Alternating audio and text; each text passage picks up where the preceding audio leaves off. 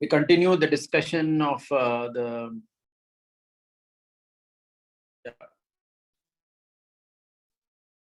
third chapter of Bhagavad Gita. So today is the last installment of this. So just to recap, we are looking at certain additional points from the commentaries of Ramanujacharya primarily, and also Yamunacharya. So this is what we have been doing. And so I wish to begin by reading this beautiful verse composed by Yamunacharya, where he has,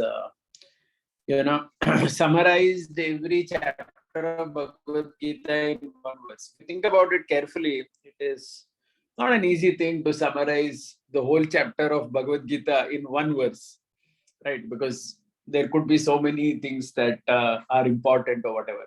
So you have to put everything in such a way that the essence is captured in a verse. And that is what this verse is.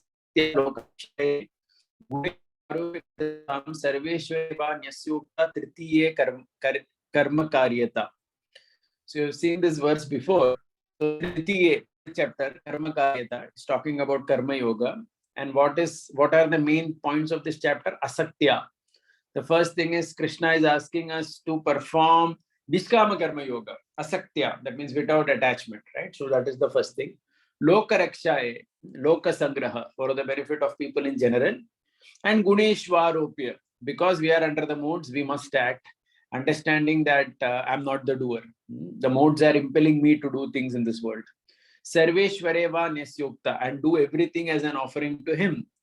Just like Krishna says in the third chapter, Yajnartat karmano anyatra lokoyam karma. So if you see carefully, the essence of the third chapter of Bhagavad Gita has been summarized in this one verse. And that's really very beautiful if you think about it. How, all these acharyas, they are able to condense an entire chapter in a very short, concise format, right? So this is what we've been seeing. And then we also saw that there are three types of things that we need to give up. One is karma phala tyaga, one is kartritva buddhi tyaga, and one is mamata tyaga. So phala tyaga means this lower aspirations like heaven and all that. So instead of that, what should be the mode of doing things? Loka rakshay, for the benefit of people in general. That means we are not acting just for some ordinary lower fruit. So Krishna is telling Arjuna that don't fight just for heavenly planets or something. You need to fight for the benefit of people in general. Loka sangraha, loka rakshaya. That is the first part. Second, kartritva buddhi tyagam. That means kartritva buddhi. That means I am the doer. So this is so much emphasized in the Bhagavad Gita and our scriptures that we are not the doer. So the consciousness is externally we are the doer, but internally we remind ourselves that I'm not the doer. So that is why as devotees also in our ordinary day-to-day language also, that is how we speak always, right? I mean, this is mercy of Krishna. We say that. And when we are saying that, truly speaking, it is in this mood only of kartritva buddhi tyagam, that I am not the doer. It is simply the modes, the body, which is under the control of Krishna Prakriti, which is acting in so many ways. That is kartritva buddhi tyagam. Third thing is mamata tyagam, that I am doing for me. Okay, but I'm not doing for me, I'm doing it as an offering to Supreme. Yajnartat karmano anyatra. So in this way, these 3 points which are there, they pretty much cover most of this particular chapter. Okay, having said that, last time we had done till 3.31-32, if you remember, right? So 3.31, so I'll just do just go to that particular verse in a minute. Yeah. So we had done this 3.31. Beautiful verse. Ye me matamidam nityam anutishtanti manava shraddhavanto nu suyanto muchyante tepi karmabhi. Where Krishna is saying that you follow me, anutishtanti, or you have faith in what I say, or at least don't envy what I say. If you think about it very carefully, it is in descending order. Following Krishna's instruction is top class. But if somebody cannot follow, then Krishna is saying, at least have faith in what I'm saying. Okay, you may not be able to follow. Right? This is where we see in our philosophy so many things. We may not be able to follow some particular principle due to our own limitations. but we have faith that what is being said is correct. So simple thing, even I may not be able to follow the simple instruction of chanting attentively, correct? I mean, we are distracted. But I have faith that this concept is possible. It is possible to chant nicely. So simple thing like that. So everything, right? So one is either supposed to follow Krishna. If one cannot follow, at least have faith that what Krishna is saying is correct. At minimum, don't envy Krishna's teachings. That means don't become antagonistic to Krishna's teaching, saying that, what he's talking is rubbish or this and that. So don't go against it. So at least have a feeling of non-envy. So this is like, that's the lowest expectation that Krishna is having. As we always say in Bhagavad Gita, Krishna, it is basically a book of choices, right? So Krishna is giving so many levels always. And in this third chapter also, he has told all of us, either we should follow him, or we should, at least have faith in what he's saying. If that's also not possible, then at least we should not envy what he's saying. So 3 things. So now today onwards, we are going into 3.33 till the end of the chapter. This part is very interesting personally, because we all know that in this part of Bhagavad Gita, Krishna is talking about this karma, right? Last, I used to always wonder, what is the connection between this karma and this third chapter Bhagavad Gita? Because third chapter Bhagavad Gita is karma yoga. The karma yoga ke beech mein kaam kahan se aa gaya? Why is Krishna talking about karma, krodha and all this stuff here? I always had this doubt for a long time. And I think that this explanation that I saw from Sripad Ramanacharya, it helped me to understand at least that part very clearly. Why, that discussion is coming here. Okay, so let's jump into the discussions right away. I'm also using translations of Bhagavad Gita as it is. Yeah. So we start from the 33rd verse. Sadrisham cheshtate swasyaha prakriter jnanavanapi prakritim yanti bhutani nigraha kim karishyati. Krishna is saying, even a man of knowledge acts according to his own nature. For everyone follows their nature they have acquired from the 3 modes. What can repression accomplish? So basically, it's a very interesting, very, very, if you see the logic of Bhagavad Gita also, it is so practical. Krishna is talking something which is also common sense, right? Nigraha kim karishyati. How can you control your nature? Now, please remember, this nature is not referring to kama, krodha and those vices.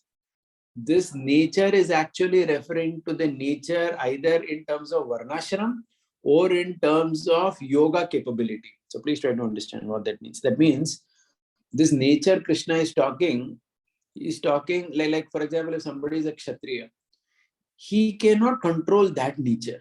Okay, that means he cannot subdue that nature and work as a Brahmana. Okay, for whatever reason, he cannot do that. Because his nature of a Kshatriya is very strong in him. Nigraha kim karishyati, he cannot control that. This doesn't, so this is the interpretation of this verse. Let's remember that. It is not trying to say that if somebody is lusty, then he has to indulge in the objects of senses. No. So there is, what shall I say, there is a right balance and moderation that one has to achieve. So this nigraha, repression, Krishna is talking about that particular thing. That is one thing. Second thing Krishna is addressing here is about the principle of karma yoga itself. Because if you know, this chapter started with this Arjuna's question that why should I, because Arjuna doesn't want to do karma yoga. He directly wants to do jnana yoga, because Arjuna is thinking that, hey, jnana yoga is superior to karma yoga. And not only that, karma yoga is so messy. I have to fight with my grandfather, teacher and all that. On the other hand, jnana yoga means it seems very nice and just focused on differentiating the body and the spirit and so on and so forth. So this looks very good for me. So there also Krishna, that also is being addressed in this verse. So Nigraha kim karishyati means if somebody is fit for karma yoga, that means, so who is fit for jnana yoga? Krishna has already discussed that, please remember. In 3.17, Krishna has already said, yastu atmarati revasya. Atmarati means literally a mukta purusha. Only a mukta purusha can do pure jnana yoga, like the 4 Kumaras, Shukadeva Goswami, 9 Yogendras. Many such examples are there in Shastra, right? Even in contemporary times, you may find Shankaracharya or some of his followers. In Maharashtra, we read about Sant Jnaneshwar. So we read about some very selected people who had that capacity of Atmarati. So they are fit to do this only Jnana Yoga, right? But other than that, for other people, Nigraha Kim Karishyati, they cannot artificially control their the modes of nature and try to do Jnana Yoga when they're actually fit for Karma Yoga. So this is the point in this verse, right? Indriyas, 34th verse. Indriyas Indriyasyarte raga dvesho vyavastito tayorna vashamagachet tauhyasya paripantino. Here Krishna is talking about raga and dvesha, attachment and aversion. Krishna is saying that raga and dvesha are enemies of someone who will try to give up Karma Yoga and prematurely practice Jnana Yoga. Okay, so try to understand this point here. So somebody says that, I'm going to stop Karma Yoga. Like Arjuna is saying, like somebody like that says that I don't want to do Karma Yoga only, I will do Jnana Yoga. Then what are the obstacles that will come for him? Krishna is saying. Raga and Dvesha, attachment and aversion, right? So there are raga means various desires due to attachment. Dvesha means aversions to things that one doesn't feel very palatable. Okay, so Krishna is saying that don't go for Jnana Yoga since raga and Dvesha will consume you. Your attachments and aversions will completely finish you off. You cannot give up your work, like this. So this is actually the point in this verse. So again, please remember, this is all about Karma Yoga only. This whole chapter is Karma Yoga. So every verse is only talking about that. Okay, now let's go to the next verse and that will become even more clear. Shreyan Swadharmo Vigunaha Paradharma Sunushtitan Swadharme Nidanam Shreyaha Paradharmo Bhayavaha. It's a very famous verse. In fact, this is one of the only two verses are repeated in Bhagavad Gita. If you see, one is this Manmana Bhavamat Bhakto Madhya Jimam Namaskuru, right? It is repeated. It is repeated in 9th chapter 9.34 and 18th chapter towards the end also it comes Manmana Bhavamat Bhakto. This is the second verse that Krishna repeats. Shreyan Swadharmo Viguna Paradharmat Sunushtita. Krishna is saying in 3rd chapter, he will also say again in the 18th chapter. And generally, repetition, especially in a 7th, so repetition was never done. If you see carefully, the Vedic system is about keeping things very concise. The repetition is done only if something is extremely important, like, Harer Nama, Harer Nama, Harer Nama, Iva Kevala. So repetition means very important. Okay, so Shreya Swadharma Viguna, Krishna is saying that better follow your own dharma than another's dharma. Okay, it's better to die following your own dharma than trying to, imitate somebody else's. Now here the question is, what is the dharma that Krishna is talking about? And Vigunaha, see, please see this word, Sanskrit words are also beautiful. Shreyan Swadharmo Vigunaha. Gunaha means quality, right?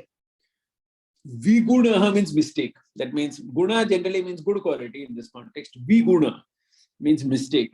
So that means Krishna is saying, in your own dharma, doing mistakes is fine. It is better than trying to do somebody else's. So somebody may say, what does this mean? So simple example, like, your dharma is to cook and you may forget to put salt in it. So that is, a fault, right? A mistake that is done. Sa anushtitat. Again, look at the beautiful word. Swanushtitat. Anushtitat means, to do nicely. Su, when the word su is prefix, then it means doing it very nicely. Like Suputra. Putra means son. Suputra means very good son. Like Sumati. Mati means intelligent. Sumati means very intelligent. Something like that. So when that word su is added, it gives an emphasis, right? Perfectly done. Sanushtitat, right? So what is Krishna saying here? Is Krishna saying, hey Arjuna, better do your duty as a Kshatriya and don't try to become Brahman? This is generally this is one interpretation that would come from this verse. Is Krishna saying better to be a Kshatriya only for you and don't try to do duty of Brahman? So Ramanujacharya says, no, that's at least in this context, Krishna is not saying that. What Krishna is saying in this context is, Krishna is telling Arjuna, hey Arjuna, you are fit for Karma Yoga. Okay, don't try to do Jnana Yoga. Okay, so because that is the focus of this chapter. So the Swadharma can be applicable in so many things, right? So to do duties of Kshatriya is one type was Swadharma. That is also Swadharma only, agreed. But then even from the perspective of yoga, there is a Swadharma. That means for someone like Shankaracharya, for him, Jnana Yoga was Swadharma. It was very natural for him to do Jnana Yoga. Correct? Or somebody like the four Kumaras, doing Jnana Yoga was Swadharma. Swadharma, this word Swadharma doesn't apply only to Varnashram. It also applies to the yoga system. That's the explanation that he gives. Right? So Krishna is trying to tell him, hey Arjuna, you are thinking constantly about giving up Karma Yoga and doing Jnana Yoga, but doing Karma Yoga is only your Swadharma from the perspective of the yoga ladder. Okay, so even from yoga ladder, there is a Swadharma. There is a particular way in which we can connect to the Lord. Okay, this is one point where I want to just emphasize a little bit and make another statement or make another comment over here. That even in bhakti or even in doing activities which are aimed at pleasing the Supreme, there is a particular Swadharma. So as in, everyone would not find the same type of yogic activity very attractive to him. Correct? Like even among devotees, we see someone likes a lot of kirtan. Okay, he may be doing japa, but his main interest is kirtan. Someone likes deity worship a lot. Someone likes to read Bhagavatam and analyze the commentaries very nicely. So even if you see within Bhakti Yoga also, there are so many activities, right? Shravanam, Kirtanam, Vishnu Smaranam, Pada Sevanam, Archanam. So there is a natural inclination of someone for something. Like Prahalad was Smarana. That was a Swadharma in Bhakti. As in Bhakti, he was mainly attracted to the Smaranam aspect of it. He was doing other things. Not that he was not doing. But Smaranam was his most favorite natural state of performing Bhakti. Similarly, right? Similarly, all the other examples. So this is again a very interesting and important thing, especially even with our children. You will see that some child likes Krishna consciousness in one particular way. Someone else likes in some other way only, right? So it will all be in domain of Krishna consciousness. So this is also there. That means even in yoga ladder, there is something called Swadharma. And coming back to the point here, the commentary given by him is that Shreyan Swadharma Viguna, better you do Karma Yoga, Arjuna. Krishna is telling Arjuna. That is your Swadharma. That is natural to you. You are not fit for Jnana Yoga. At least in that context, Krishna is telling Arjuna like that. It's better you do Swadharma, your Karma Yoga only, and you go ahead. And don't try to imitate some Jnana Yogi. Because there is fear in it. What is the fear? The fear is if you start Jnana Yoga and you don't go anywhere in it, then you are nowhere. You cannot come back also to Karma Yoga. Okay, so Krishna is saying better you do your Karma Yoga only, and in your Karma Yoga, as you are doing, if there is some fault also, okay. Okay, as a Kshatriya, you are doing certain type of Karma Yoga. Somebody as a Brahman may be doing teaching, yajna, some type of Karma Yoga. In that, some faults may come in that. That is understandable, but that's no problem. But better to do that. So this is Krishna's statement, and I thought this is a very interesting part. Now we come to the last section of this chapter, which is really very interesting because now the gear changes, right? Suddenly Arjuna is asking something related to lust. And obviously we could have the question where from this whole lust thing, this lust, the discussion about lust, how does it fit in the third chapter of Bhagavad Gita? Ramanujacharya's explanation is quite brilliant. So let's go into that. Arjuna vacha atakena prayuktoyam papam charati purushaha anichannapi varshnena baladivanojita. We all know Srila Prabhupada's translation. Arjuna said, O descendant of Vishnu, by what is one impelled to sinful acts, even unwillingly as if engaged by force? So first thing we have to understand is what is the connection between this verse and the previous verses.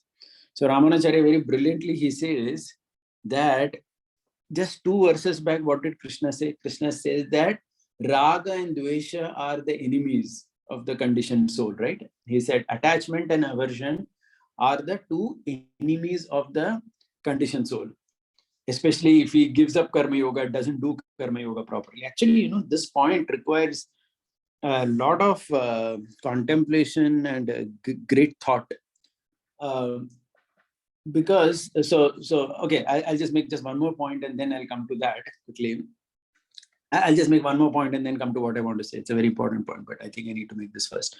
Okay, so basically Arjuna has now understood that if somebody does Jnana Yoga, when he is actually fit for Karma Yoga, then this Raga and Dvesha is going to trouble him. Okay, so now Arjuna wants to know what is it that makes us do these kind of things. What is it that Anichan means mere ko ichha nahi hai.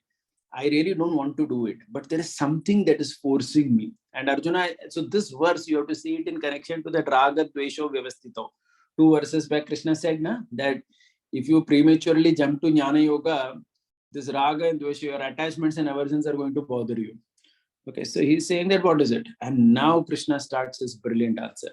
Shri Bhagavan Vacha, Kama Yesha Krodha Yesha Rajoguna Samudbhava, Mahashano Mahapapma Vidhyena Miha Vairinam.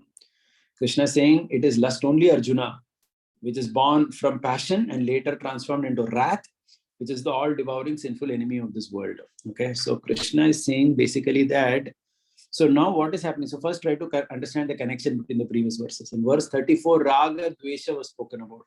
So Raga means attachment. Of verse number 34, Raga becomes Kama now. So Kama is a more outward exhibition of Raga. Raga is a little more subtle. That means somebody has attachment. But Kama, lust, is even more pronounced and external. Right? So he's exhibiting too much of attraction behind certain objects, etc. So Kama. And similarly, aversion. Previously, Krishna spoke about Dvesha. Dvesha is aversion. That aversion actually now becomes Krodha. So because of aversion, you don't like something, you don't like this, you don't like that's again a little more subtle. But Krodha is again more manifest.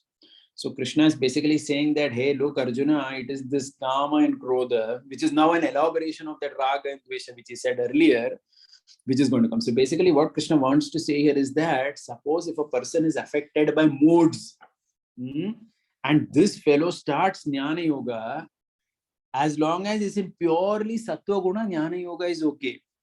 But when Rajo Guna comes up, then all these things will start getting activated. So now you can connect the logic of this full chapter of Bhagavad Gita.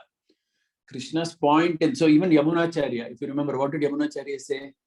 Yamunacharya said, Asatya Lokarakshaye Gune Guneshwaropya Kartritam. Guneshwaropya means because we are all under the moods of nature. So Karma Yoga is meant for everyone who is under the influence of the 3 moods. If somebody wants to do purely Jnana Yoga only and not do Karma Yoga at all, then he has to have almost minimal Rajoguna Tamoguna. Okay. Now the point is, what happens is everybody has some Sattva Guna in them. That is correct. But just that Sattva Guna is not enough for you to stop Karma Yoga. Because when Rajoguna comes up, then Kama and Krodha will get activated. And when Kama and Krodha get activated, if you are doing Karma Yoga, at least you have way to handle it. So, right, we'll be talking about it. But in Jnana Yoga, pure Jnana Yoga, without Karma Yoga, how will you handle Kama Krodha? So it's just not possible.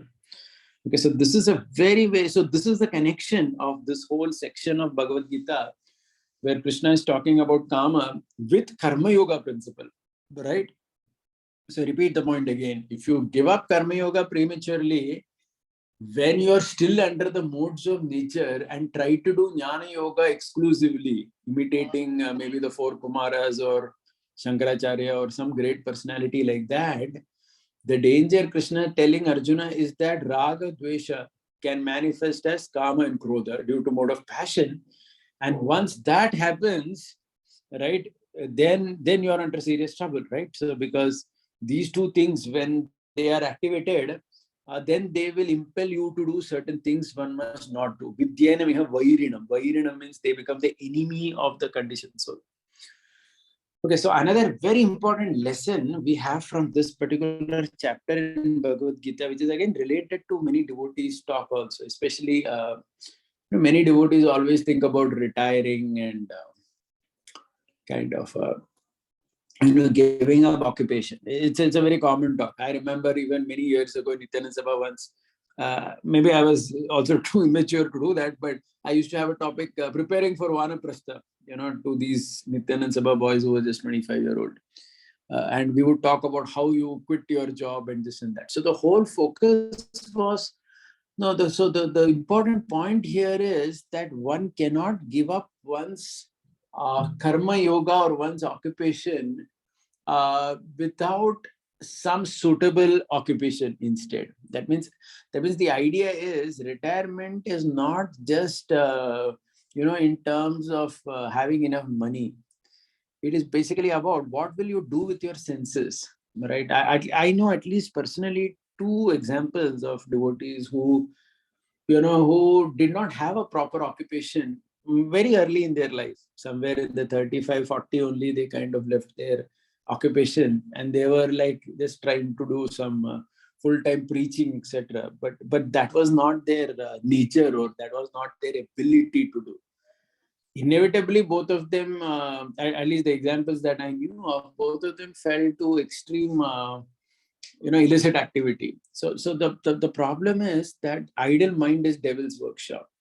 So karma yoga is brilliant because it ensures that you are engaged in an occupation according to your nature. And when you are engaged like that, then your lower, this rajoguna, tamoguna becomes subdued. This is actually the point of karma yoga. But rather, if one doesn't engage oneself according to one's nature, and one is idle, one has too much idle time. Now, this applies to everyone, whether one is retired, not retired, whatever. So the English saying goes, right, an idle mind is a devil's workshop. So when the mind is idle, as in mind idle, as in even the body is idle due to not having sufficient engagement, inevitably one falls to kama and krodha. And first they fall to kama, basically. Okay, one falls to lust, etc. So this is a very important verse for all of us, and it has a lot of application as well, right? Now let's move ahead now and see the remaining 4-5 verses of this chapter, and some of the commentaries again brilliant. धूमेन व्रियते वह्नि यथा दर्शो लेन च यतो बेनावृतो गर्भस् तथा तेनेदम आवृतम. Krishna is saying, as fire is covered by smoke, as mirror is covered by dust, or as embryo is covered by the womb, the living entity is covered by different degrees of lust. So Ramanuja, so Prabhupada's commentary we know here, he gives these 3 examples that, one is of a human being. That means where the covering is of 3 levels, right? So one is mild covering, one is more covering, one is even more covering. So like human beings, animals, and then trees, like that. So that's the example given. So Ramanujara's examples are slightly different here. So he says, first thing Krishna is saying in this verse is fire is covered by smoke. So what does that mean? So he gives the interpretation here, or the translation. So the explanation he gives here is that Kama is like that smoke. The Jivatma is like the fire. It's again a beautiful comparison. Dhumena vriyate vannihi. That vannihi, the fire, the Jivatma is like the fire, right? Because fire is considered pure in its state. So Jivatma is originally very pure. But the smoke is covering it. Similarly, Kama has been compared to the smoke, which is hovering always at this conditioned Jiva. Generally, when we say Jiva, it means conditioned only. So this is the first example he gives.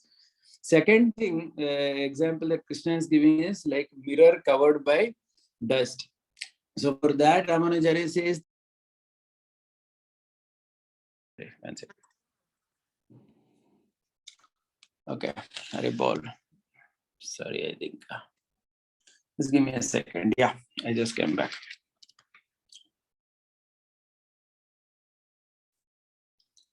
Yeah. So the mirror covered by dust, for the Ramanujara says that just like the nature of mirror is that dust repeatedly keeps coming over it. Correct? Like those of you who do cleaning at home will know that it is not enough that today you have cleaned, then tomorrow you don't have to clean. Tomorrow again we have to clean. So similarly, he says that the nature of the mirror is to be repeatedly get dirty. So similarly, the nature of the conditioned Jivatma is again and again lust keeps coming. Okay, so just like you keep cleaning the mirror daily or frequently, Similarly, one will have to work to clean the lust of our heart. Chetodarpanaman. So that's the explanation. And for the third example that Krishna says, Yato Belna Vito Garbha, that means just like embryo is covered by the womb, he says that, so for this particular point, he says that just like the Garbha sitting inside the womb, the embryo in the womb, cannot come out without the mother's grace. Correct? So only with the mother's grace it can come out. Similarly, he says the Atma cannot come out of the changul of lust. This lust is capturing him so much that the Atma cannot come out of its influence without the Lord's grace. So that is how these three examples are explained. It's something very beautiful because it's the same example, but it could be explained in so many ways. So this is how he explains it here. Okay, then the 39th verse, Avritam Jnanametena Jnanino Nitya Vairina Kama Rupena Kaunteya Dushpurena Analinicha. Thus, the living entity's consciousness becomes covered by an enemy in the form of lust, which is never satiated and it burns like fire. So, since this verse says Avritam Jnanam, that means the Jnanam gets covered. Ramanujacharya says, what do you mean by knowledge is covered? Because he says there are people in the world who are studying and, so many things they're accumulating, right? Even atheistic people who have nothing to give and take with God are able to accomplish so much in the material world in terms of obtaining knowledge. So he says all knowledge is not blocked. Material knowledge or knowledge about the world is understood, even if you have a lot of karma. But it is only the knowledge of self, Atma Tattva, that gets blocked. Okay, so Avartam Jnana Metena, this Jnana, he says, refers very specifically to spiritual knowledge. It may not even refer to other types of Vedic knowledge also. Like there is Ayurveda, right? There is Dhanurveda. Like Duryodhana was also expert in Dhanurveda, as in he had studied all that. Correct. There may be some Ayurvedic teacher, right, who may be full of lust or whatever, right? He may. So he will. So that doesn't mean that he will not understand Ayurveda. No, Ayurveda he will understand. Okay, because that's not considered the knowledge over here. So the knowledge he says here is referring specifically to that Paravidya, to that superior spiritual knowledge. Only that gets blocked. Now, why it gets blocked will come in the next verse. We will see that. Okay, so he says that only is going to get blocked. Why? Because there are three characteristics of karma.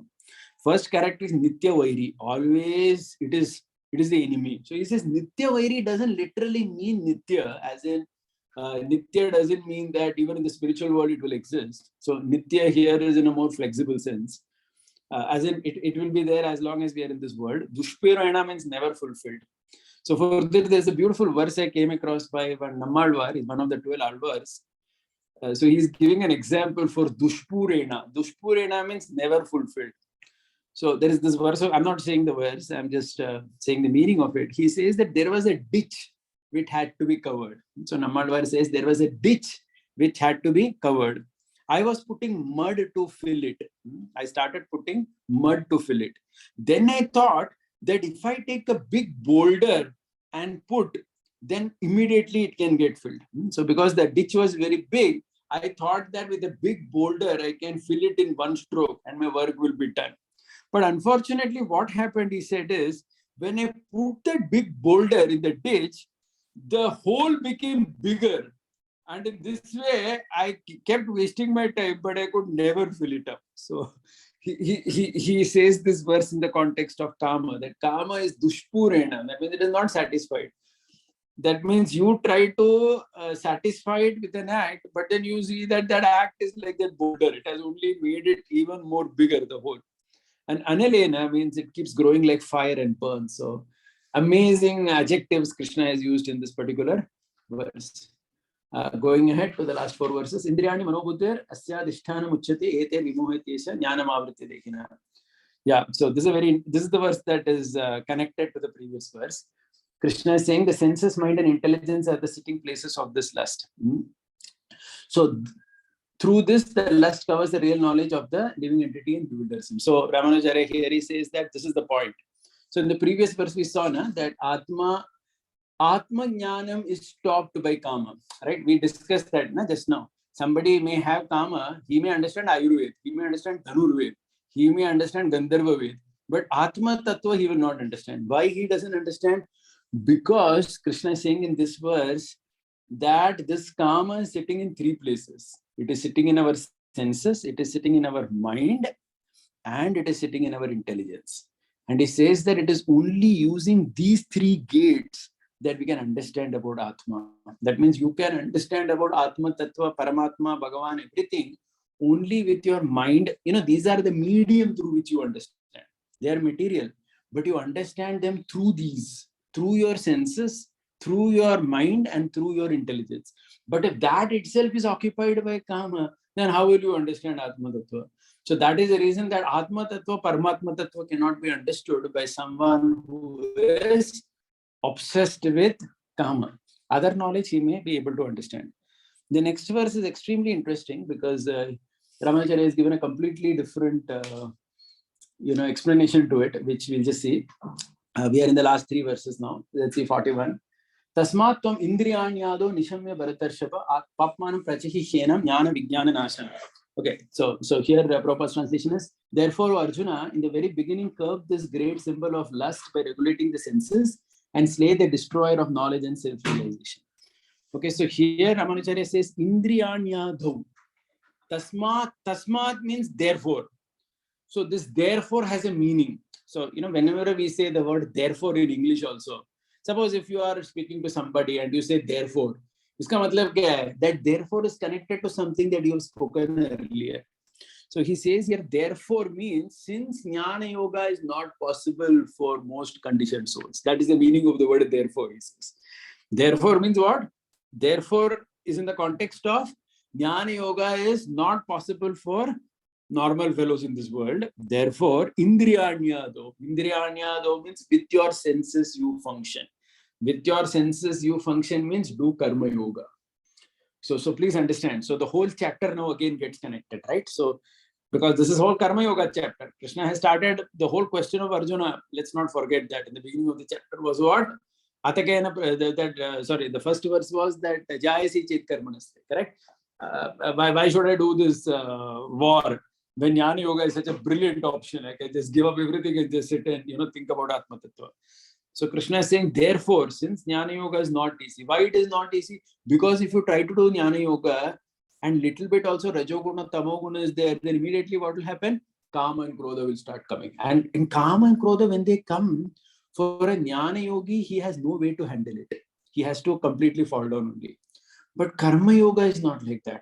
In Karma Yoga, you have ways in which these things have some outlet. So Kama, one gets married, one has a wife, one has children, one has house, furniture. So there is scope for his Kama, at least in some dharmic way, right? Even Krodha, there is, you pretend to be angry at least with your children when they are indisciplined. And in this way, at least there is some outlet for it in Karma Yoga. But Jnana Yoga, no, there is no way only you can, pure Jnana Yoga. You cannot say that I want an outlet for Kama in Jnana Yoga. No, you don't have that at all. So that is why Krishna is saying, Tasmat tvam indriyanyado. Indriyanyado means do Karma Yoga, and that is the solution. Niyamya Bharatarshava, do it regularly. That is regulation. Papmanam prajahishyena. Krishna is calling Kama itself as Papa. Generally, Papa in Sanskrit means sinful action. Kama is a state of mind of lust. So just having Kama doesn't mean Papa, actually speaking. But Krishna has equated Kama with Papa. Because Kama means automatically it is going to have the same effect as Papa, because it's just a matter of time that a person does something and falls in trouble. So that is why Krishna is saying here, right? And the last two verses are again brilliant, his explanation. So we'll read the verses first. Indriyani paranyahur indriyepya paramanaha manasastu parabuddhe yo buddhe paratastu saha. Here Ramanacharya's translation is much different than Prabhupada's translation. I'll read Prabhupada's translation also. I will also explain this. It's important to understand. If you remember, we have been telling many times that same verses can be explained in multiple ways. So Prabhupada's translation is, the working senses are superior to dull matter. Mind is higher than the senses. Intelligence is higher than the mind. And the Atma is higher than the intelligence. So this translation, please remember, has a purpose. What is the purpose of this translation? It is to tell you that this purpose of this translation is tell you that the Atma is superior to everything. And because the Atma is superior to everything, he can, with his determination, fight against kama. So this is one explanation which is fitting in the context of the verse. Now look at Ramanujara's explanation. He says, Indriyani. So here he's talking now, Ramanujara, he's talking about this verse in terms of enemies. Now try to understand why. Because the previous verses, it was all talking about this only, na, about how kama is enemy. So enemy of jnana. So who are the enemies of jnana? Indriyani. Okay. So enemy of jnana is Indriya, first level. I'll give an explanation for it. Just hold on. Bigger enemy than Indriya is the mind. Even bigger enemy than mind is the intelligence. And the biggest enemy that Saha here, see the word Saha is being used in the Bhagavad Gita. That Saha here, Prabhupada translates that as the Atma. Ramanujara, he translates that Saha as Kama. Because the discussion is about Kama na, right now. That whole discussion is Kama. So now try to understand this understanding. Enemy of jnana is Indriya, bigger enemy is the mind, even bigger enemy is intelligence, and biggest enemy is kama. So just try to get this with an example. Just like suppose, let's say you want to do bhakti. Suppose somebody wants to go to the temple and attend some class or something. Okay, let's take the example. So first level of enemy, what is the enemy? The senses.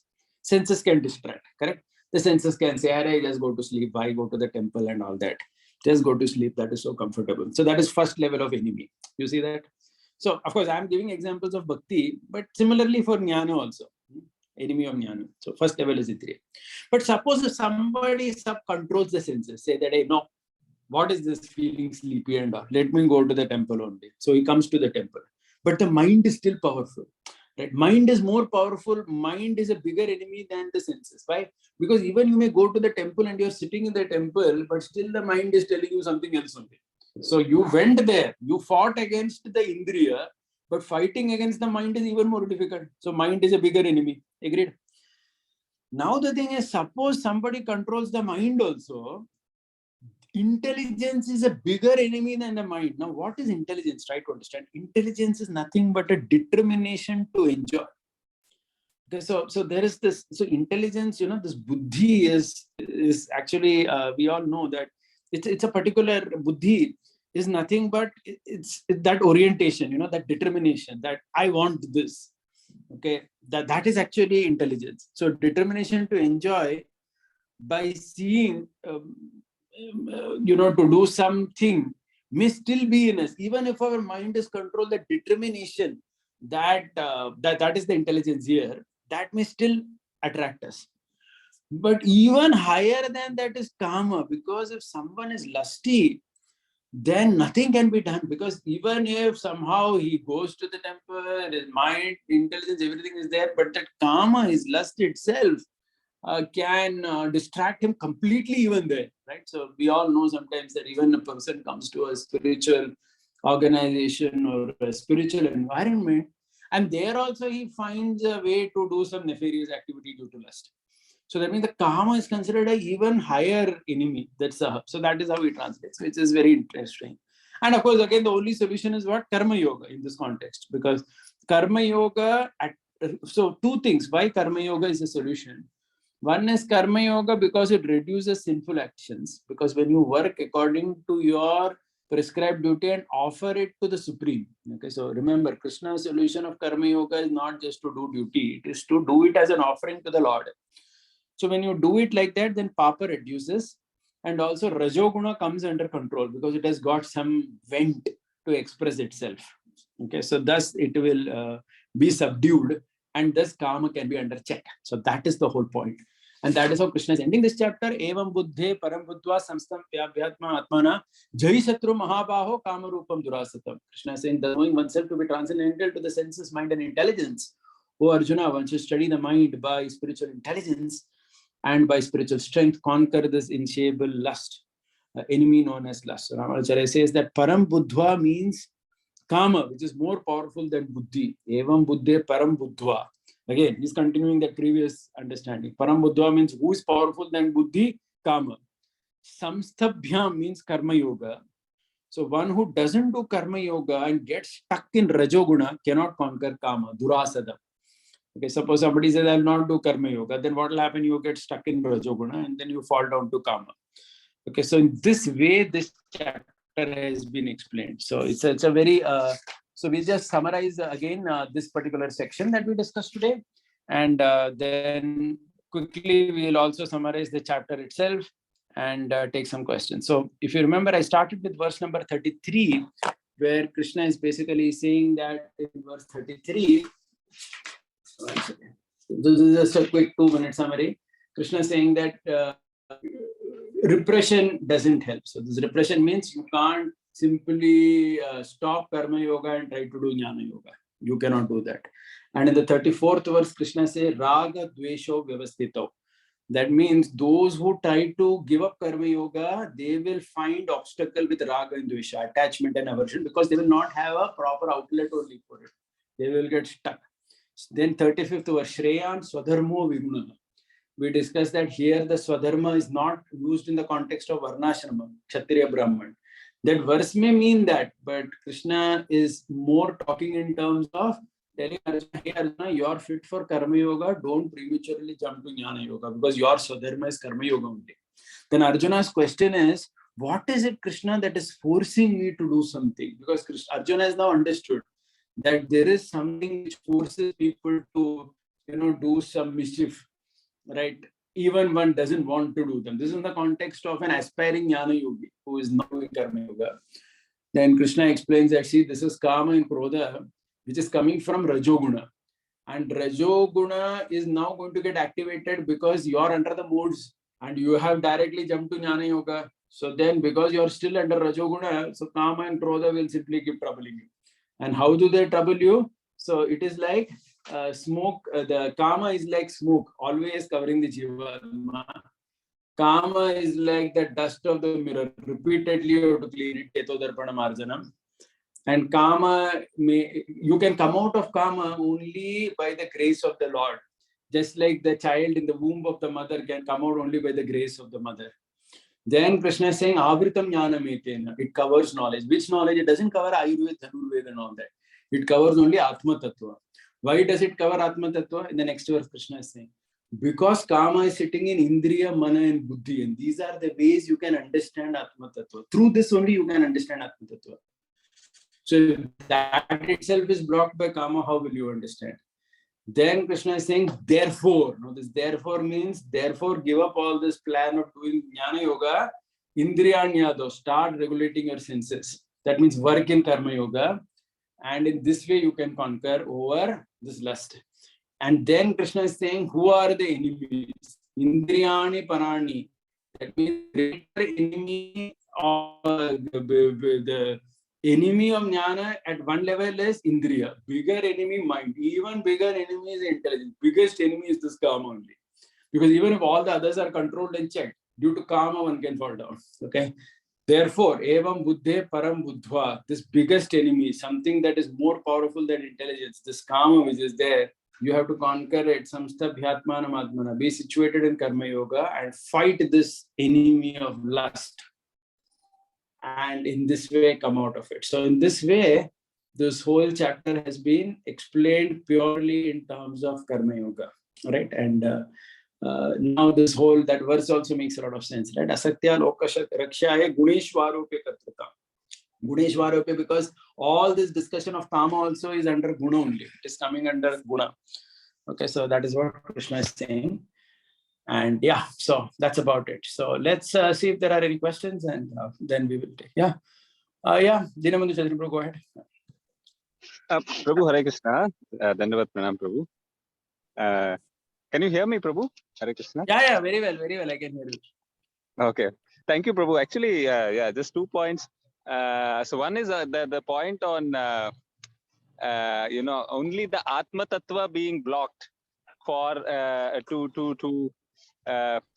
people. So people who may be actually accessing or who may be able to gain material knowledge, but only Atma Tattva is blocked. So that was very striking, because as we see, like like all these very smart people out there who know so many intricacies of the like the material knowledge, but so I always used to wonder that how come they, they can actually be so smart, like, because they seem to be having all the other disadvantages because of the, the habits. But I think this point made it very clear, Prabhu, on that.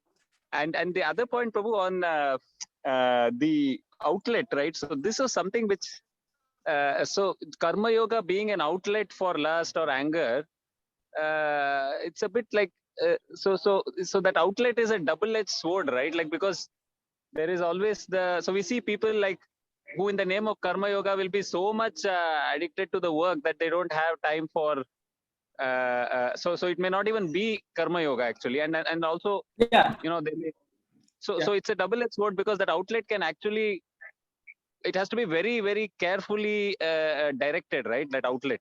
Yeah. So that is why you have to follow Krishna's instruction of karma yoga. So if you remember that verse that I saw from Yamunacharya, 3 characteristics of karma yoga: asakti.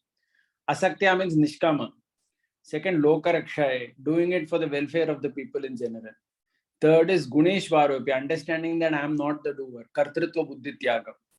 So when one functions like that, then only all this is applicable. See, karma yoga doesn't mean simply working in office. That's not karma yoga. Karma yoga means these characteristics must be there. It must be for the pleasure of the Lord. It must be done as an offering to Him. It is, mamata tyagam. I told you, right? It is not for me. In kartritva buddhi tyagam, I am not the doer. The modes through which I have got this body is making me do things. And third is this lower phala tyagam. That means I'm not doing this to get money, to go to America, to go to heavenly planets. I'm doing this for the welfare of people in general. That means I'm doing whatever activity I'm doing. Okay, it may be taking care of my family, it may be doing a business, but it should contribute to the universe in a dharmic sense in some way. So this is the definition of karma yoga that Krishna has given. So please try to understand. It's a very, very superlative explanation. That means so only that comes under karma yoga. So when one does like that, then automatically there is a regulation. Then all this is applicable. Does that make sense? Yes, yeah, yes, Prabhu.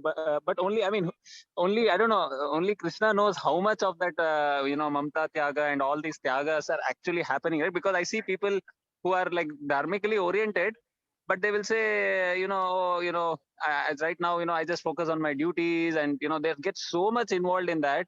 They don't have time for, so the karma yoga, as you rightly said, it has to be with these 3 types of tyagas, and also there has to be a sadhana component, right? Which I mean, in the sense, which can help you to do that, because that's something, it seems like, that's something missing. Like, of course, in ISKCON we have a very strong sadhana program, but otherwise outside everybody talks about this, but there doesn't seem to be much of an idea of sadhana. Like, okay, see, one thing is, okay, see, as you come towards the next chapters of Bhagavad Gita, automatically sadhana, the emphasis on that increases a little more in proportion.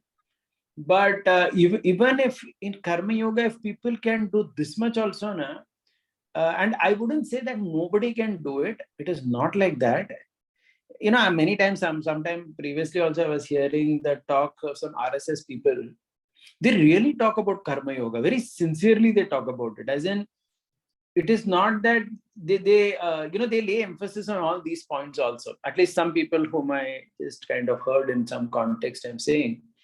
So what I want to say that it is, I wouldn't want to say that nobody can practice it. It's not like that, because otherwise Krishna wouldn't have spoken about it. At the same time, I don't want to say that anybody who is working in the world in any form is doing karma yoga. So that is also wrong, because these characteristics of karma yoga must be there. And always in the Vedic tradition, everything involved some sadhana only. Because if you remember in the first part of the 3rd chapter of Bhagavad Gita, Krishna has already said that it has to be done as an offering to the Lord. Offering to the Lord means sadhana, right? So that means this whole concept of karma yoga, that is there very strongly. Either the Lord or the demigods. Krishna has introduced himself as well as the devatas in the 3rd chapter of Bhagavad Gita. 3.9 he says do it for Vishnu. And 3.10 he talks about giving it to the devatas, parasparam bhavayanta. So in either case, Krishna has introduced higher powers and the idea that one has to do it for their pleasure.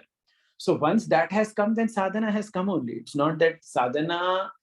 So sadhana itself is seen in a very broad spectrum, right? So that is also sadhana only, where you are doing a yajna, for either Devata or for Vishnu himself. Does that make sense? Yes, yes, Prabhu. Yes, thank you very much. Welcome, welcome. Yeah, Sri Ram Gopal Prabhu, please go ahead. Thanks, Prabhuji. Prabhuji, about the lecture flow, what I understood is, that Swadharma and Paradharma, attraction for somebody else's duty, actually comes because of maybe the benefits or aversion for problems of our own duty, maybe. So, and then Krishna translate that attachment and aversion into the raga and dvesha. And to overcome that, what Krishna's solution overall he had given is doing your own duty properly and handle this kama and krodha and karma yoga level itself. So that way, Prabhu, when we actually do our karma yoga or our own duties properly, prosperity is actually side outcome of that. So, doing your duty properly will actually give us more entitlements for enjoying this material world in better manner, and still not remaining attached to it. How to reconcile that? We need to keep working as well as being detached from it. Yeah. So that is why, if you remember, in the last class, I made this point in the context of 3.12 Bhagavad Gita, where Krishna is saying, Ishtan Bhogan hi vo deva dasyante yajna bhavitaha. That word dasyante I had emphasized a lot. I'll just make that point again. What Krishna is saying here is that when you do karma yoga, you will get fruits. These fruits are ultimately given by the higher powers. Okay.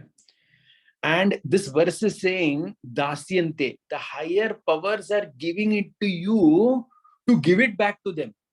Okay, so I made this point that verbs in Sanskrit are of two types. One is called Atmane Padam and one is called Parasmai Padam. Atmane Padam means when the verb is used for oneself, it is called Atmane Padam. When the verb is used for others, it is called as Parasmai Padam. Okay, like for example, Pachate Pachanti. Pachate Pachanti both mean cooking, but one is cooking for myself and the other is cooking for others. Similarly, in this verse 3.12, Krishna is saying Dasyante. That means the Devatas or the Supreme Lord gives you something. That Dasyante is in Atmane Padam. That means the Devatas or the Supreme Lord are giving you fruits for their sake. Now try to understand what this means. So when Krishna is saying they're giving fruits for their sake, uska matlab kya hua? That means these fruits are given to you where you have to offer those fruits also back to them. Okay, so that means the point is, Karma Yoga means you do everything as a yajna, and in response to your yajna, you get a fruit. So let's say somebody is a teacher. Teaching is his yajna. Okay, let's say he's a school teacher, simple example. So he's teaching children. So that teaching of children is the yajna that he's doing. In response to that yajna, he gets some fruit. This fruit, Krishna is saying, is given by the higher power so that you can give it back to them. Okay. So this is all, if you see Karma Yoga, so Karma Yoga doesn't mean that I get the fruit and that fruit is fully for me. So I'm supposed to give it back to the higher powers only again. Okay. So that is why charity, all these things are a very integral part of Karma Yoga. So if somebody says that, I'm going to office, I'm earning 50 lakhs and I'm blowing it up in a party, then that is not Karma Yoga, because Karma Yoga means, okay, you may do some work, whatever work is according to your nature, but the fruits you're getting, ultimately you're getting due to the grace of the Lord. And He's giving those fruits so that you can give it back to Him only. Okay, so that is why that becomes very important. So otherwise, then it cannot be Karma Yoga. I hope I answered that question. Sri Ram Gopal Prabhu. Yes, Prabhuji. Yeah. Thank you. Haribol. And Prabhuji, what is more important, doing one's karma yoga properly or being detached from the fruits? Okay, so it's not either or, it is actually both. If you see Krishna's description of Karma Yoga, it has multiple characteristics. Krishna has not said one characteristic is more important than the other. It has to be according to your nature. It has to be done as a sacrifice. It has to be done for the welfare of people. It has to be done understanding that I'm not the doer. So all these characteristics Krishna has said, and nowhere Krishna has said that this is more important than the other. So it's basically an AND gate, not an OR gate. So to the extent we are fulfilling all those criteria, then we are doing Karma Yoga. Otherwise, we are not doing that. Is that okay? Yeah. Brajendra Kumar Prabhu, I unmuted. Go ahead. Brajendra Kumar Prabhu, I think your hand was up. Haribol, Prabhu. So, yes, sir. You can hear me. So yeah, so when people ask this question that we have to do our karma as an offering to Krishna, what is the practical answer for it? It is just that if whatever salary or money one gets out of it, offer it in Krishna's service in a temple or Krishna's purpose. Is that the answer, or is it something more? Okay, so two, three ways one can see it. One is in the work itself, one sees how that position can be used in Krishna's service. So, many of us, we use our position we use our position to, do some service. Don't devotees do that? Like someone is a very,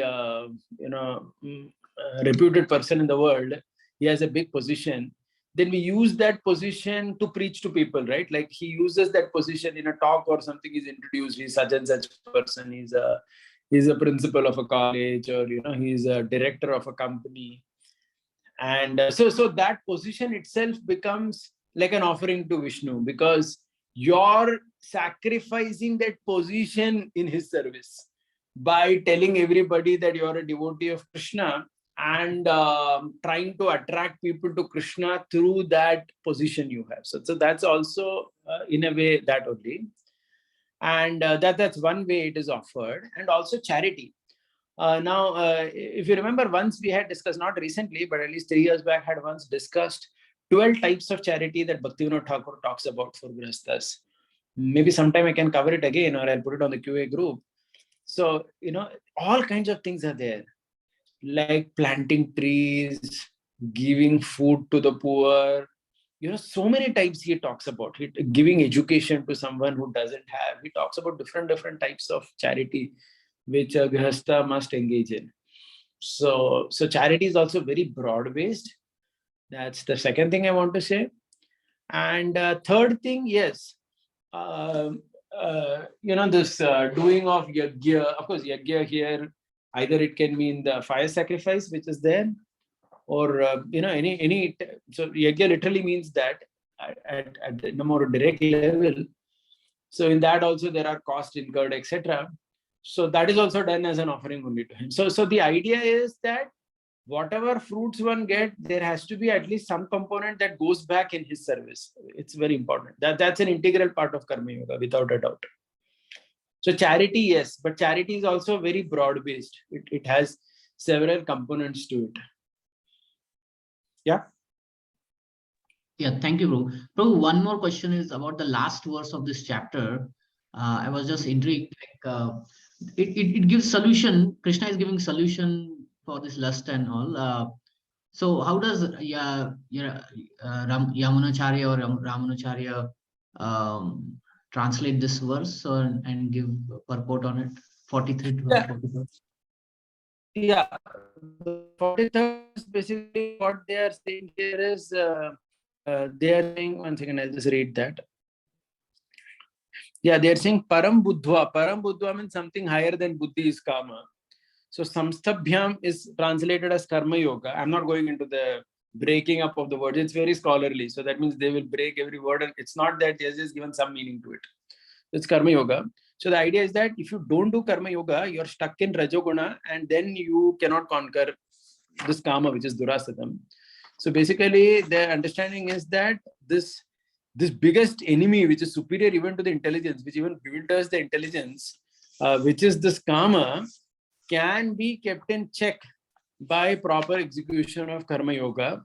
And in this way, there is a hope of conquering this all-devouring enemy called as lust. So that is their translation. Yeah, thank you, bro. Bro, can we connect this with Sugriva's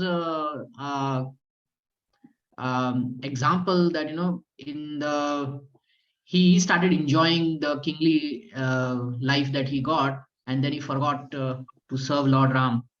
So once then he started using all his resources to find Sita, then we see the great Sugriva coming out as a great devotee of the Lord, Yes, right? very good. Good example. Yeah, certainly.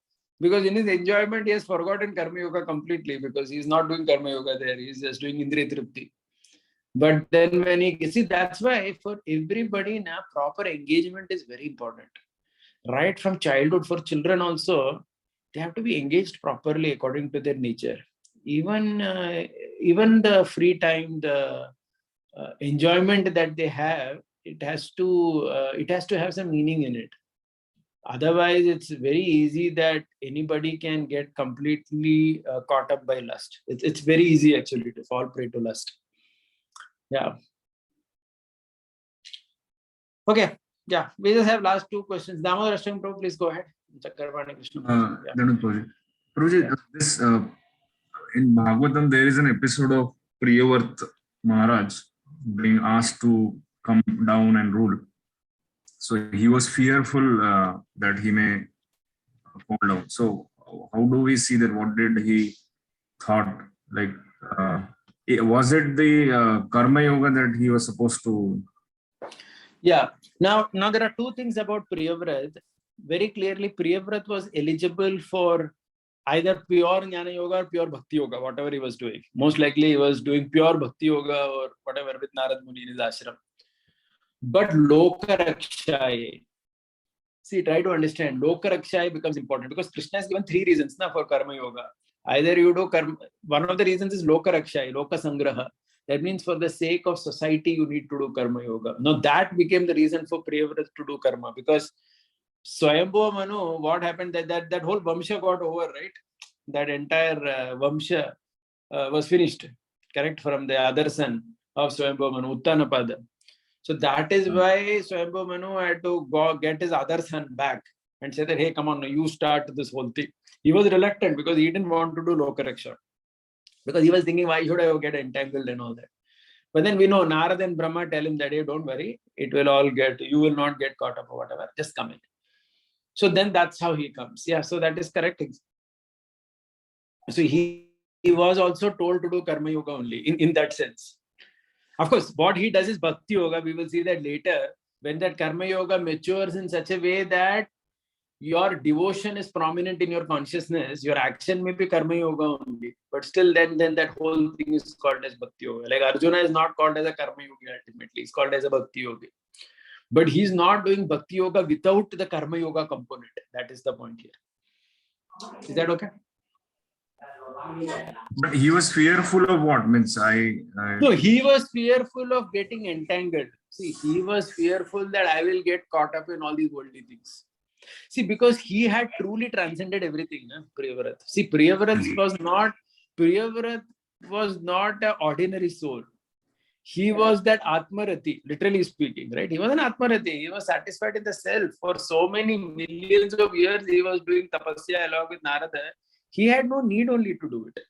I think we'll have to see Priyavrat's example as something like Janaka, which Krishna says in Bhagavad Gita. Krishna is saying, right, that even great people sometimes just for the sake of benefit of people, they act. So Janaka acted himself. Priyavrat acted because his father told him to act. But in either case, the principle is same. So he was fearful, Arey Baba, kaun isme fasega? Because he was truly beyond everything. That's the point. Yeah. Okay. Yeah, Chakrapani Krishna Prabhu. Hi Krishna Prabhuji. So very scholarly and authentic explanation you have shared with us. So now just in comparison, so what happens in the case of our Prabhupada's commentary is that even the Karma Yoga is also seen as direct devotional service, the way they are translated. Now in the so Ramanujacharya, he is giving a pure Karma Yoga oriented explanation. So later there is also going to be Bhakti Yoga, which is coming up. Yeah. So how does that classify? In the sense, how do they see it? Do they see that Karma Yoga is inferior to Bhakti Yoga, or how do they connect that? So just No. They are going to see it as a layer addition. That means they are seeing it now. I'll give you a simple example. 4th chapter is transcendental knowledge. Yeah. That Ramanujacharya is going to explain as the jnana that you need to have when you do Karma Yoga. I repeat again. When you are doing Karma Yoga, you have to have jnana also. That is higher level of Karma Yoga. Doing Karma Yoga with jnana. That is 4th chapter. 5th chapter also he explains like that. When he comes to Bhakti Yoga, he will explain Bhakti Yoga the way Bhakti Yoga is only. But that Bhakti Yoga is on top of all this. Okay, see, because try to understand, even at the end of Bhagavad Gita, सर्वधर्मान परित्यज्य के बाद भी कर्म yoga valid है ना अभी भी अर्जुन के लिए. Can Arjuna say सर्वधर्मान परित्यज्य means Krishna, I give up everything and just do bhajan of yours. I don't have to fight Bhishma and Drona. No, fighting Bhishma and Drona he has to do only. Sarvadharman is on top of that. Correct? So that's at the level of your consciousness. So that is how Bhagavad Gita is building up. It is building up layer by layer without destroying the previous layer. So the previous layers are not getting destroyed. That is how he's explaining it. Now coming to Srila Prabhupada's commentary, that is why you need to understand one very important thing, which Prabhupada himself said. There is a famous conversation of Prabhupada in 1977 when I think Tamakrishna Maharaj is asking, what will you translate once you finish Bhagavatam? Prabhupada said, I may do Bhagavad Gita again. Now try to understand what that means. I will do Bhagavad Gita again. And then he was asked, but Prabhupada, you have already written Bhagavad Gita. So Prabhupada's response was, there are so many Bhagavad Gita. So many Bhagavad Gita, as in there are so many acharyas who have given tippani to Bhagavad Gita. Okay, I could explain the same Bhagavad Gita in a different way. Okay, so now see, now Prabhupada, you have to understand one thing always, that Prabhupada was working on emergency. Okay, Prabhupada himself says, when Prabhupada in 1969, why did he write Krishna book first?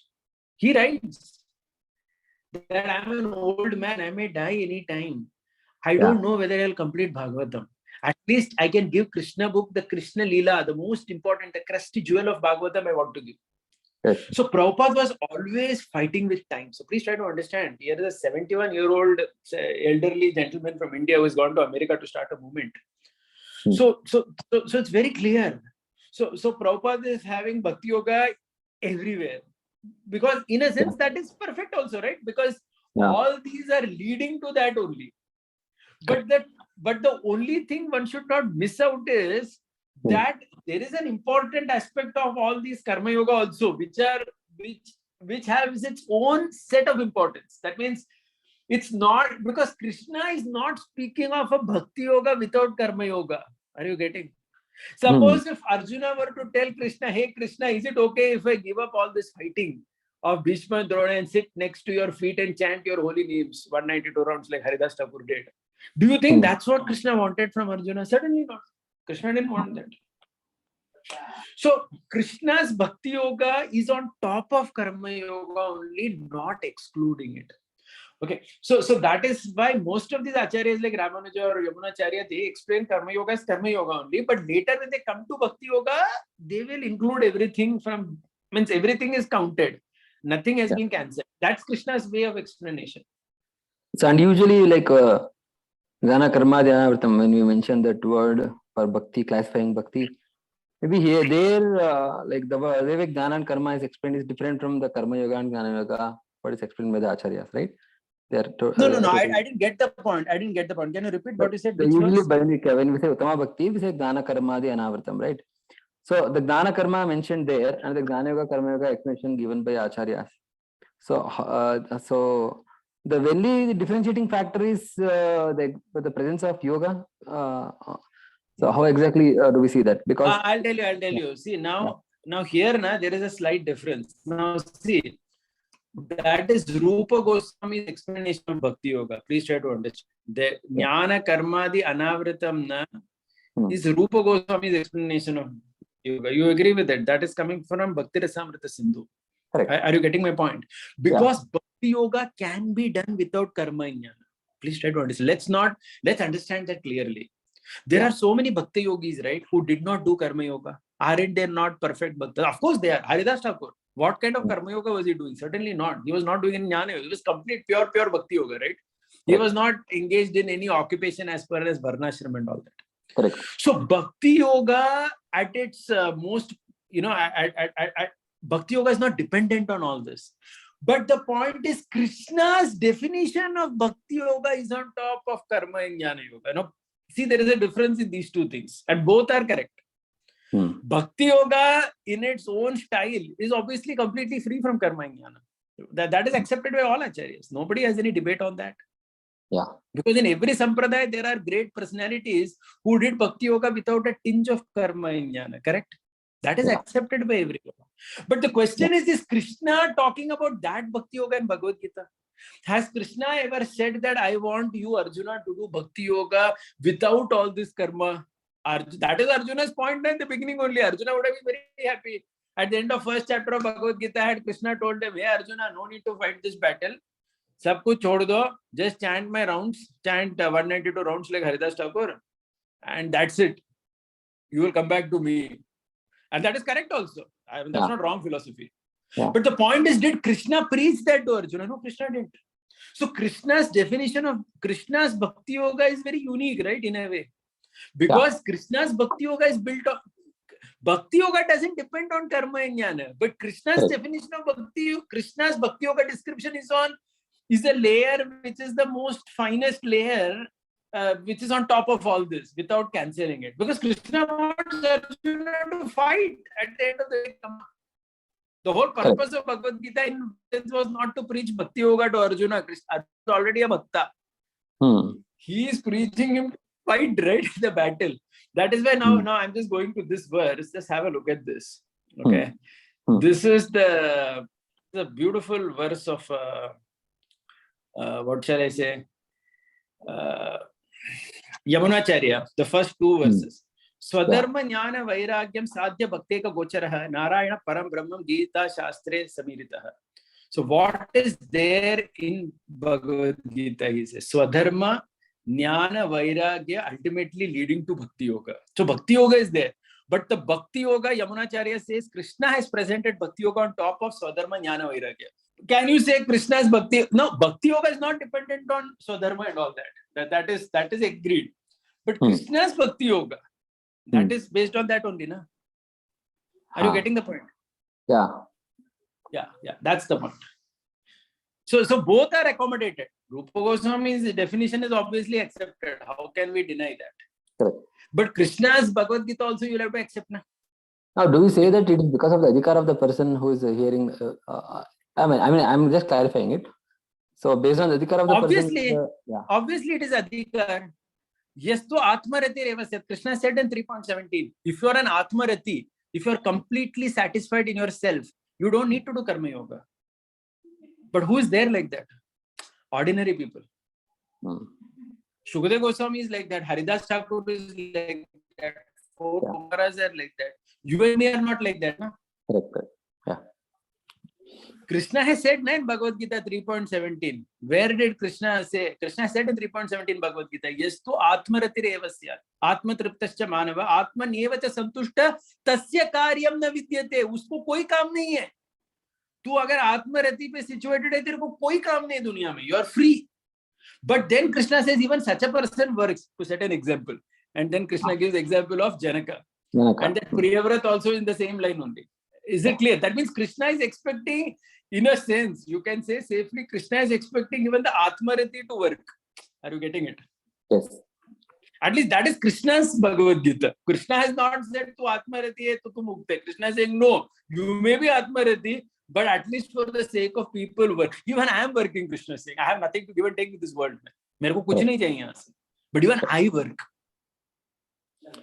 So Krishna's Gita is very clear, na? Correct.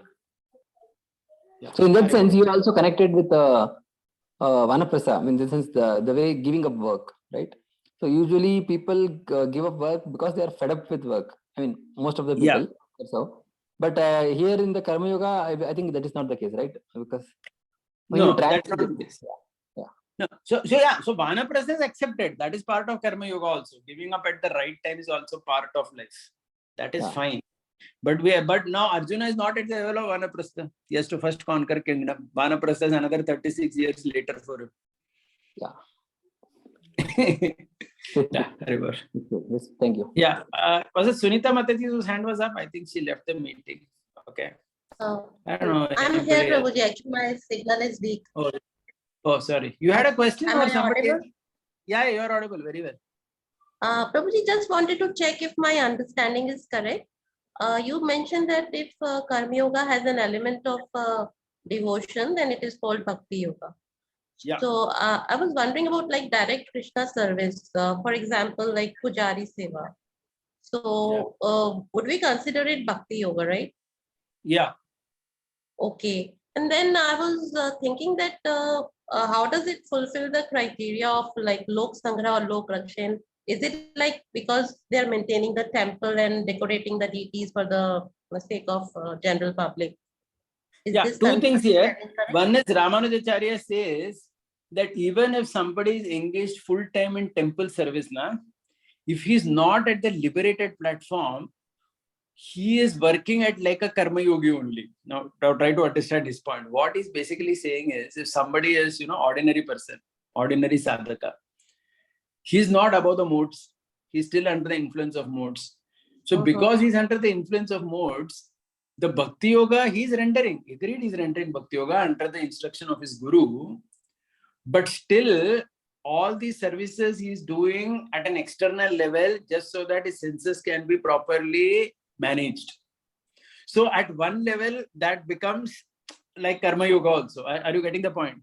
Because see, pure bhakti, if you see, even like when we do deity worship now, we have this something called Bhuta Shuddhi, where we try to go beyond these material moods, at least in a prayerful level. But ordinarily speaking, we are all influenced by the moods only, na? So that is why he says like that. Prabhuji, actually my signal was weak, so I didn't get the last few seconds. No. Yeah, so what I'm saying is the person who is under the influence of the modes, when he's working in the world, even when he's doing service of Krishna, that is also, he says, at some level, it is like Karma Yoga only. It is just like we say now that even though you're worshipping Radha Krishna, you're actually worshipping Lakshmi Narayan only. Because Radha Krishna worship is done by liberated person. Correct? Na?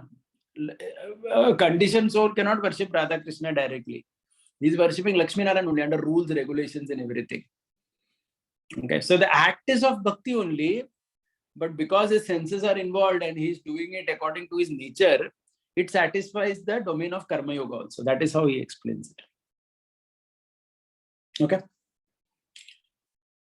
Haribol, I think maybe last question. Who is that? Shravan Kumar? Who is this? Is it Prabhuji, Prabhu? just I wanted to know that if that means Bhakti Yoga can only be done by pure devotees then, because everybody else is under the modes. Yeah, we are aspiring bhakta, na? We are not. I mean, we are aspiring devotee, right? I mean, there is one thing like, see, in a common sense, see, devotee is a very it's a state of achievement. It's like it's a state of consciousness, na? So many times we say that also, right? In routine language, I'm aspiring to be the servant of Krishna. Where do we say that I'm already a servant of Krishna? I mean, even our acts of bhakti, we are aspiring to reach that level, right? Are you getting the point? I think there is some problem either in my line or her line. Anyway. Thank you, Prabhuji.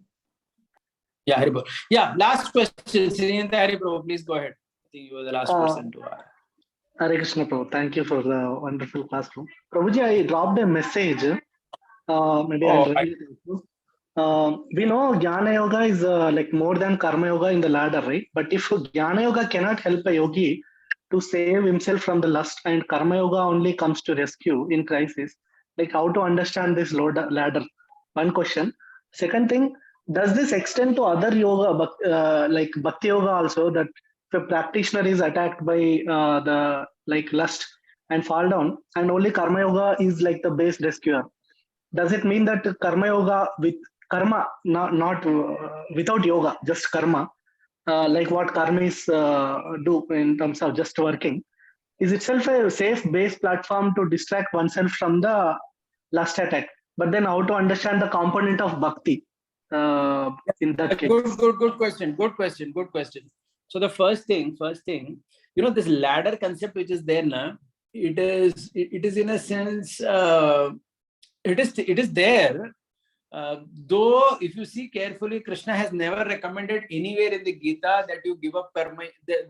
The ladder, I feel sometimes, in our explanations about our ISKCON devotees, we have emphasized too much on that ladder, whereby we have given an understanding to people that once you come to a higher level, the lower level is now not required. I'm sorry for saying that, but did you get my point? We have given such an understanding to people, right? When you reach the top, then you don't need only ladder. मतलब by definition वैसा हो जाता है ना कि एक बार आप ऊपर चढ़ गए तो नीचे का आपको जरूरत ही नहीं है. It becomes like that. But Krishna's explanation in the Bhagavad Gita is never like that. Krishna at no point has told that give up karma yoga, even till the end. Okay. Krishna's yoga is very inclusive.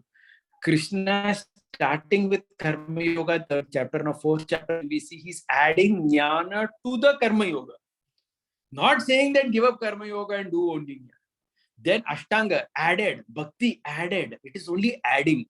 It is not deleting the previous step. I think sometimes this ladder word and that concept, we have stretched it a little too much. It doesn't, you'll have to show me where in the Bhagavad Gita Krishna has said that you don't need to do karma yoga now to Arjuna. It is very clear he doesn't say that. So this is the first thing. Okay, Jnana yoga, technically it may be higher than karma yoga. That is agreed. Krishna has also said Jnana yoga exists. In fact, the third chapter, second verse only is said that Jnana yogena sankhyanam, karma yogena yogenam. Krishna has explained that there is something called Jnana yoga. But Krishna has not recommended the pure Jnana yoga, giving up karma yoga, which is done by some people. Like I give you examples, like Shankaracharya did that. Right? There are some people who did pure Jnana yoga, giving up karma completely. That process is agreed in the Vedic literature. But Krishna has not recommended that. Now you have to understand Gita, na? अभी हम गीता के बारे में बात कर रहे हो. Process है, Vedas में है process. That is not wrong. How can it be wrong? It is there. Pure Jnana Yoga. Krishna has also accepted that there is something called Jnana Yoga. But Krishna is saying that my opinion is do this. Krishna has not recommended pure Jnana Yoga anywhere. Except in 3.17 where he says, if you are an Atmarati, then you may do, but then even such a person should do Karma Yoga for Lokasangraha. That means even that Atmarati, Krishna has included under Karma Yoga. So is the first part clear? Yes. Okay, now coming to the second part. Even the person who is doing pure Bhakti Yoga, now this is where, for example, our brahmacharis who are there, who take to renounced order, many times after many years, they feel the need to come to Grihastha Ashram. Because Grihastha life is the Karma Yoga platform. Okay. Now the temple life which is there, where you give up family, you give up your occupation, and you only engaged as a bhakta, is pure bhakti lifestyle. Okay. Now in that also the same issue happens, which Krishna is saying here. Why it happens? Because if somebody is still under the influence of the moods like that, and he needs a woman, right? He needs a partner, he needs a wife actually. So you can repress for some time, but then at some point of time it will burst out only, na? So then that person, that is why we see that this pure bhakti yoga also, where you don't do this karma yoga part of varnashram and related to that, everybody cannot again take it. How many people take it? Like if you see from Srila Prabhupada's time of how many people joined as a full-time devotee, how many remain today like that? Like sannyasi, like that. It's on fingers only, that count. Are you getting my point? Like, yes. 5,000 disciples Srila Prabhupada had. There are just a handful of 10 or 20 who lived lifelong as brahmachari and sannyas, like Radhanath Swami or Jayapataka Swami or some people like that. Correct. Most people couldn't live like that. Why? Because that Karma Yoga Varnashram platform is there, na? You may try to give up that and do this pure Bhakti Yoga, but Krishna has not told that in the Bhagavad Gita. Now let's be very clear about it. Krishna has not said that in the Bhagavad Gita that you have to do it. Krishna has not even recommended it. Krishna has always spoken about Bhakti Yoga on top of Karma Yoga. I mean, you can debate this point clearly from the Gita perspective. It is very clear. That is why, many times, I remember some years back, I read the resignation letter of there was one Prabhu Vishnu Swami in ISKCON. He left and he got married at the age of 60, 65. His letter, when I read it, really brought tears. He was like, he was like brahmachari throughout. At the age of 60, 65, he got married. He basically wrote in the letter that at the age of 30, I wanted to marry. But some of my godbrothers told me, try for some more time. So I tried. At 40 also I wanted. 50 also I thought I wanted to get married. But then I thought at the age of 60 that if I don't marry now and if I just continue and die, I will have lied to myself about who I am. And that is too much for me. So at least I thought, even though I'm old and maybe it is not even so technically right that at this age one gets married or whatever, but still I thought that it's better to get married rather than and face the reality of who I am rather than lying to myself. So to that effect, I'm paraphrasing what he wrote. But if you read many of these letters of people who switched their ashram after a long time, then this point is very clear. That Karma Yoga, with its ability to interact with women, with money, with occupation, that interaction is also needed for the conditioned soul in general. And it gives a platform where you can do that. Okay. And Krishna has put Bhakti Yoga on top of that only, not cancelling it. Does that make sense? Yes, Prabhu. Just related to this, like I am trying to understand what Chakrapani Prabhu was also asking. Like there are two types of approaches the devotees kind of are practicing in that way. Like one is something layer type of like karma, jnana, bhakti. They are trying to practice, and they are more in touch with the material activities as such outside of the temple, kind of. And the other people who basically remove karma and if possible even jnana and then directly practice the higher levels, like what Lord Chaitanya is more emphasizing, like when he was having a discussion with Ramananda Rai, for example. One second, just stop that.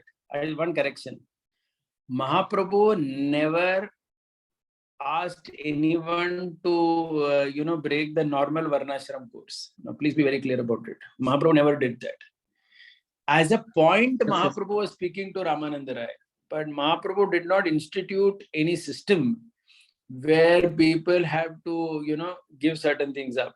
I mean, unless the 6 Goswamis you take into account, which is just like handful of people, right? I mean, there's 5, 6 or whatever.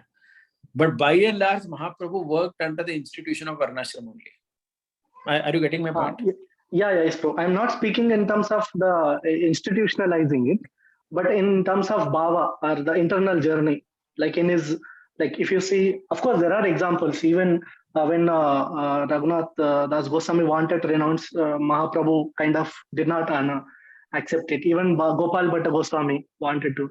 So there are times when even Mahaprabhu did not allow somebody to completely go into pure bhakti. He still insisted them.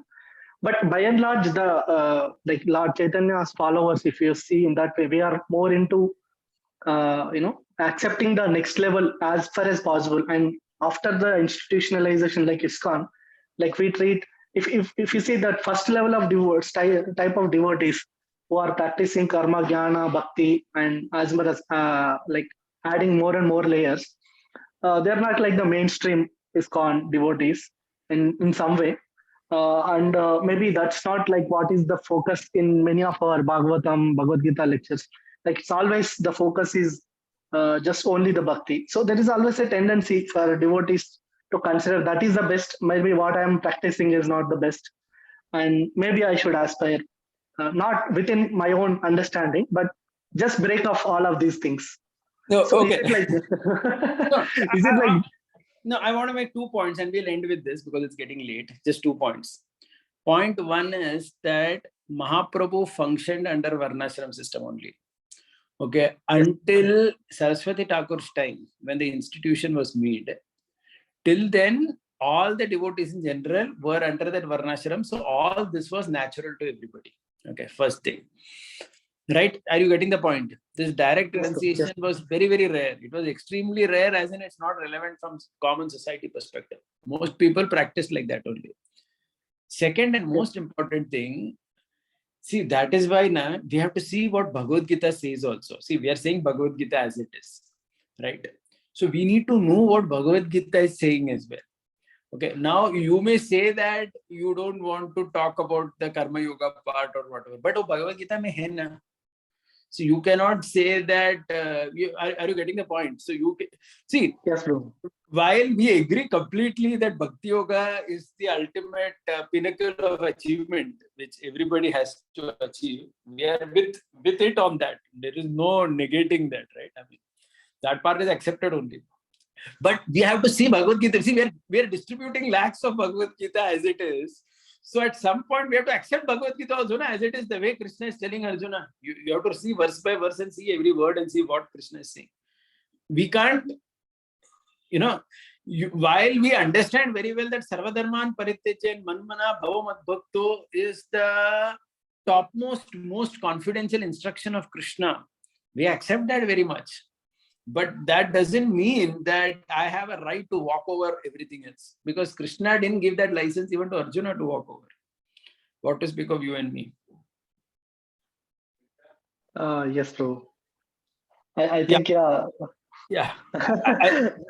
This discussion, I think, needs more session. Maybe once we go into, once you finish that Bhakti Yoga portion, maybe more things may get clear. No, this Bhagavad Gita I am enjoying. I mean, actually, what I am studying now from my teacher, every verse one class we have, or 2 verses one class. So it is very much in detail. I am here also, like full Karma Yoga I did in 3 classes. I myself heard it in 15 or 20 classes. So it's like very elaborate. It's because Gita is like that. I mean, you can speak hours and hours, right, on each of these verses. Okay, thank you so much, bro. Srimad Bhagavad Gita ki jai, Sripad Ramanacharya ki jai, Srila Prabhupada ki jai, Gaur Bhaktivinoda ki jai, Gaur Premanande, Hare Hare Bol. Hare Hare.